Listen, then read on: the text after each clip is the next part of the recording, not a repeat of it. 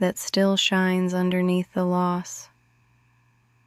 We spoke of forgiveness, not to erase, but to release. We opened the possibility of trusting love again, not as betrayal of the past, but as proof the heart still beats, still believes. And we found closure, not in answers someone else must give, but in the strength you hold to declare your own peace. This is the journey of recovery, not rushing, not erasing, but slowly, steadily, choosing yourself again. You are not only surviving this heartbreak, you are being reshaped by it, stronger, wiser, more whole. Take one last deep breath with me now. Inhale gentleness. Exhale release. Hold this truth in your chest. Healing is not finished tonight, but it has begun. And you do not walk into the night empty. You carry strength. You carry clarity. You carry yourself. Now it is time to rest, to let the heart soften, to let the body surrender to peace instead of pressure. At 11 p.m., Whisper Sister will meet you. Her voice is soft, sleepy, a gentle hush at the end of a long day. Where I have guided you through the release of heartbreak, she will guide you into the release of night, into quiet, into rest, into sleep that heals. So breathe one more time. Inhale recovery. Exhale surrender. And step forward from healing your heart to resting your soul. One of the hardest parts after a breakup is the questions left hanging.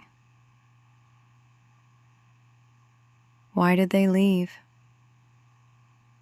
Did they ever really love me? Was it all a lie? You wait for the call, the text, the conversation that explains everything. But often, those answers never arrive. Or if they do, they don't satisfy. They don't untangle the ache the way you hoped. Because closure is not something they can hand you. Closure is something you give yourself. So how do you create closure? You stop chasing their explanation and start writing your own truth. Maybe it sounds like this: they could not meet me where I needed, and that is enough reason. Or, I was not unworthy, they were unready. Or simply, it ended, and I will heal. You create rituals too. Write a letter you never send. Delete the conversations you no longer need to reread. Return the belongings that keep you tethered. Each act says, this chapter is closing, and slowly, your heart believes it. Closure does not mean forgetting. It means accepting. It means no longer waiting on someone else to set you free. You hold the key. You always did. So take it now. Turn it gently. Let the door close. and step into the freedom that comes when you no longer wait for answers that cannot heal you anyway. After heartbreak, the thought of love can feel dangerous.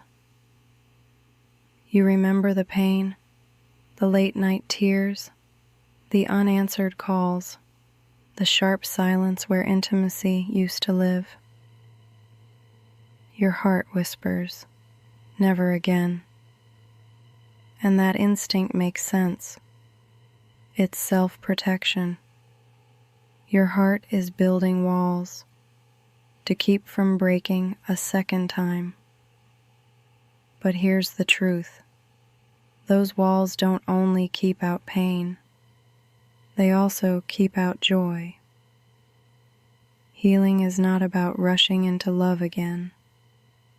It's about remembering that love itself was never the enemy. It was the mismatch, the wounds, the dynamics, the timing. Love, real love, is still possible, still waiting, still worthy of trust. So how do you trust again? Slowly, gently, with wisdom this time. You begin by learning to trust yourself, trusting your own voice when it says, "This doesn't feel safe." Trusting your own needs when they rise, trusting that your boundaries matter and deserve to be honored. Because the more you trust yourself, the safer it becomes to open towards someone else. Then practice in small ways. Let people show you who they are, not with words only, but with consistent action. Notice if they respect your no. Notice if they celebrate your yes.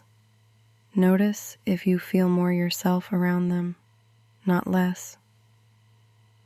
And remind yourself daily, being open to love again is not betrayal of your past.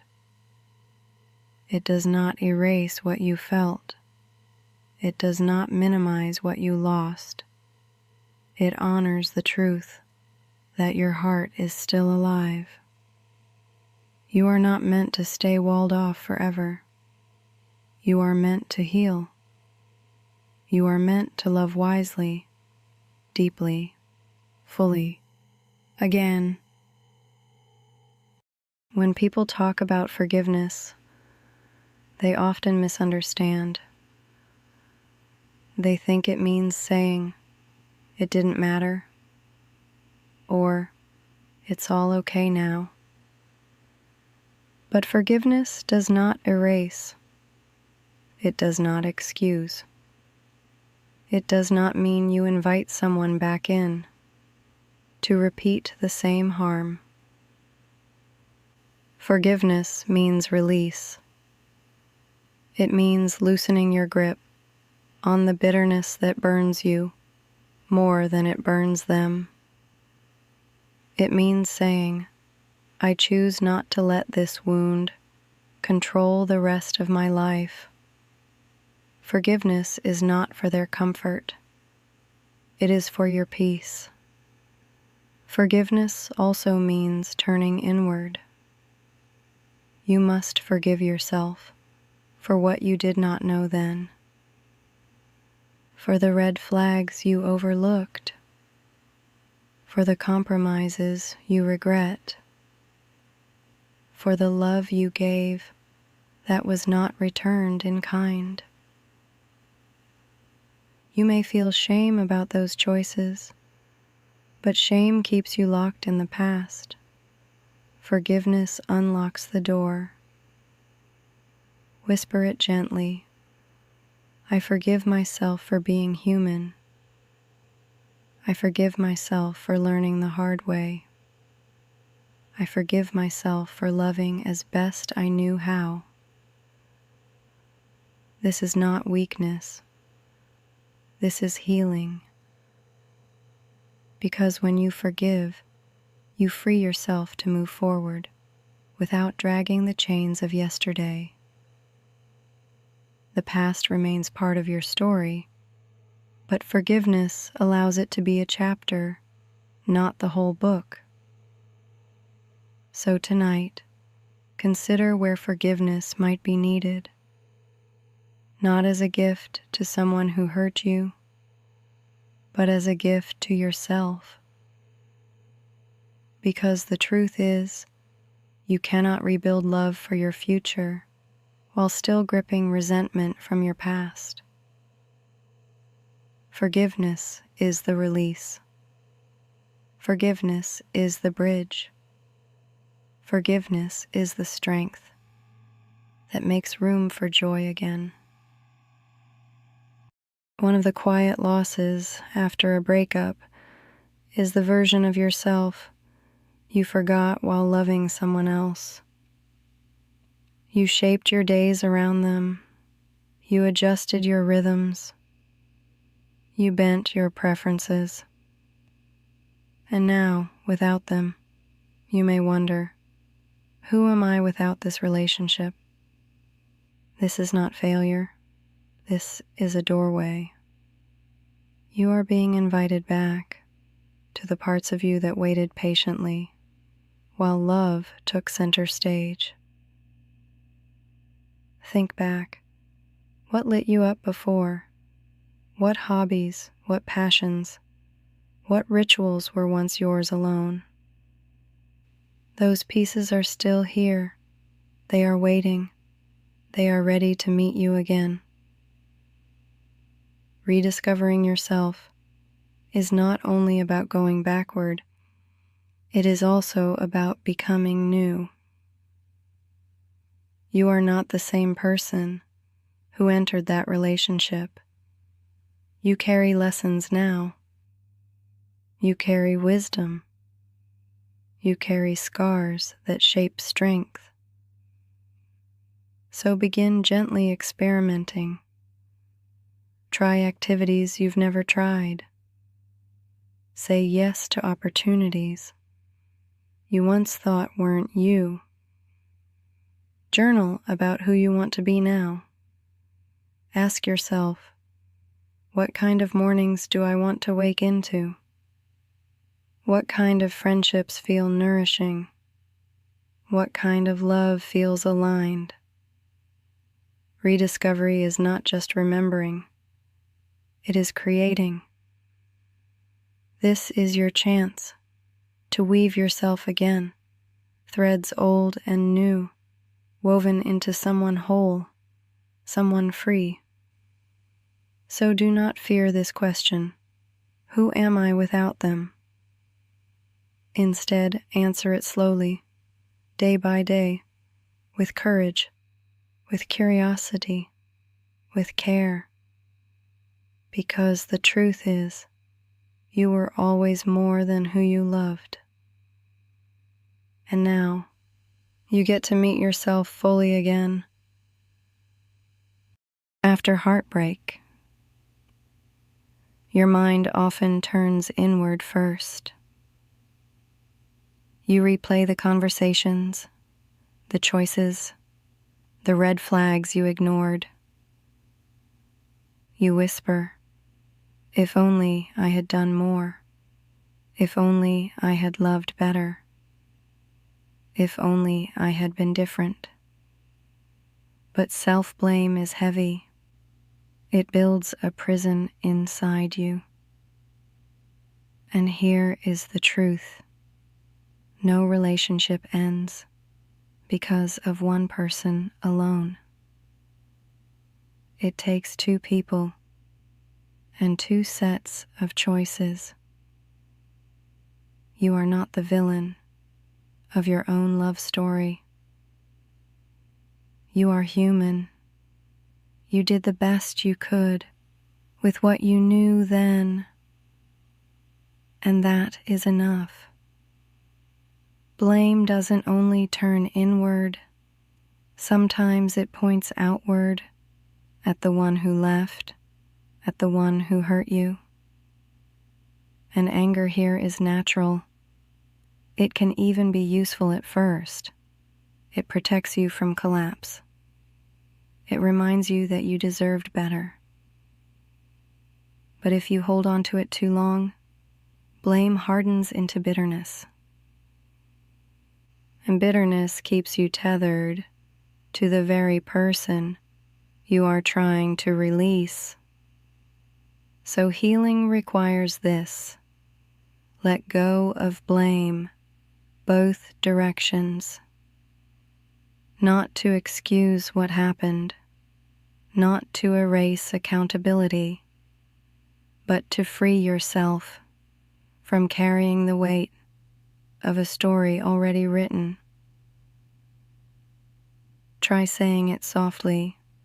I release myself from blame. I release them from blame. I choose freedom. This doesn't mean forgetting. It doesn't mean reconciling. It means unchaining your heart from the cycle of fault so it can rest, so it can heal. Because the opposite of blame is not denial. It is peace. And peace is what your heart is reaching for now. The night is not empty. It is full of quiet presence. Feel it now, like velvet air against your skin, like a soft hand smoothing over your hair. The darkness does not judge. It does not demand. It simply surrounds you, a cocoon of stillness. Every sound has softened. Every demand has hushed. And here you are free. Free to stop trying. Free to stop carrying. Free to just be. The night holds you gently, like the earth holds roots, like the sky holds stars. You belong to this stillness, and it welcomes you home. Now imagine the night as a great soft river of quiet. You are resting on its surface, floating without effort, being carried without strain. The current moves slowly, easing you farther and farther away from the noise of the day. Each breath drifts you deeper, each exhale sinks you softer, until even the edges of your body begin to blur into the stillness. You are no longer holding yourself up. The night is holding you, safe, supported, unburdened. There is nothing left to do, nothing left to decide, nothing left to fix. Only this: being carried, being held, being soothed into sleep by the quiet arms of the night. One of the hardest parts of heartbreak is the highlight reel your mind plays. You remember the laughter, the inside jokes, the way their hand felt in yours. But notice, your mind rarely replays the silence after the arguments. It doesn't spotlight the moments you felt unseen, unheard, or unloved. This is how grief tricks us. It edits the story. It shows us only the golden frames and hides the shadows. But healing requires honesty. Yes, there were moments of joy. Hold them with gratitude but also admit the pain. Admit the cracks. Admit the weight you carried alone. Because you cannot heal if you only mourn the dream instead of facing the truth. So here's a practice. When the highlight reel begins, pause. Whisper to yourself, that is part of the story, but not the whole story. Then name 3 truths, real moments that remind you why this relationship could not continue. Maybe it was their absence when you needed support. Maybe it was the constant tension you tried to downplay. Maybe it was the way you lost parts of yourself just to keep the peace. Let those truths stand beside the memories. Because resilience is not about erasing the good. It is about refusing to romanticize what hurt you. And when you see the full picture, not just the dream, but the reality, you loosen the grip of illusion. This is not bitterness. It is balance. It is reclaiming your ability to tell the story whole. And in that wholeness, you will find release. Because healing is not holding tighter to the idealized version of what was. It is opening your hands, letting the illusion fall, and keeping only the lessons that will guide you forward. After a breakup, so many people try to skip straight to strength. They tell themselves, I should be over this by now. They hear others say, just move on. But grief doesn't follow deadlines, and grief isn't weakness. Grief is proof you loved. It means your heart opened. It means you cared deeply. It means something meaningful was lost. So if you feel tears rising, if your chest aches in waves, if memories replay in the quiet hours, that is not failure. That is love still echoing. Do not rush to silence it. Do not shame yourself for it. Allow it, because grief is not your enemy. It is the evidence of how much it mattered. Here is your permission slip tonight. You are allowed to grieve. You are allowed to cry for what could have been. You are allowed to miss what was. You are allowed to feel both love and loss at the same time.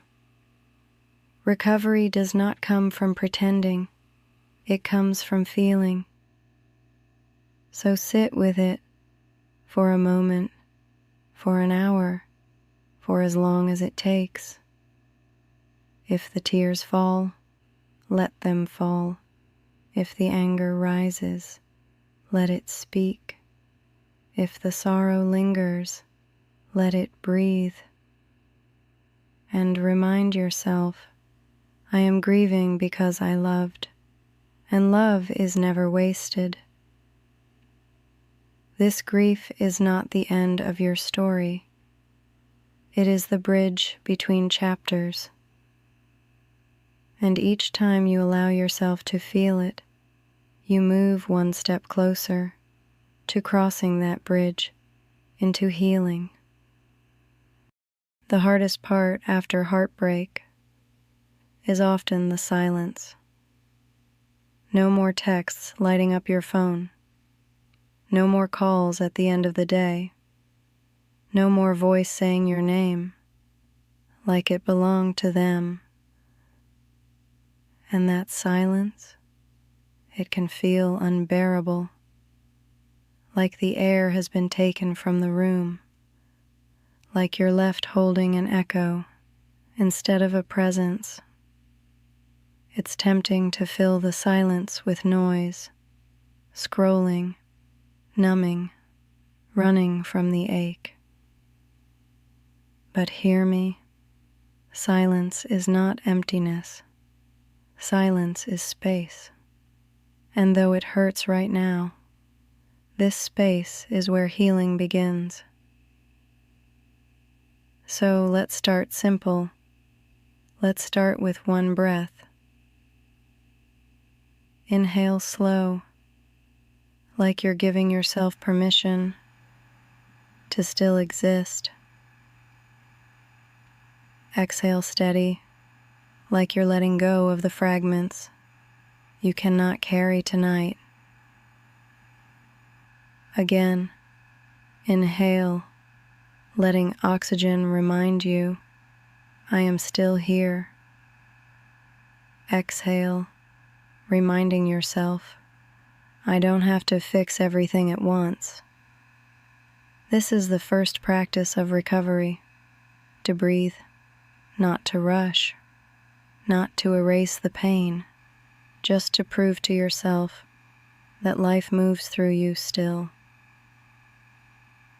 Because heartbreak may stop routines, but it does not stop your breath, and each breath is a promise that you are still alive, still capable, still becoming.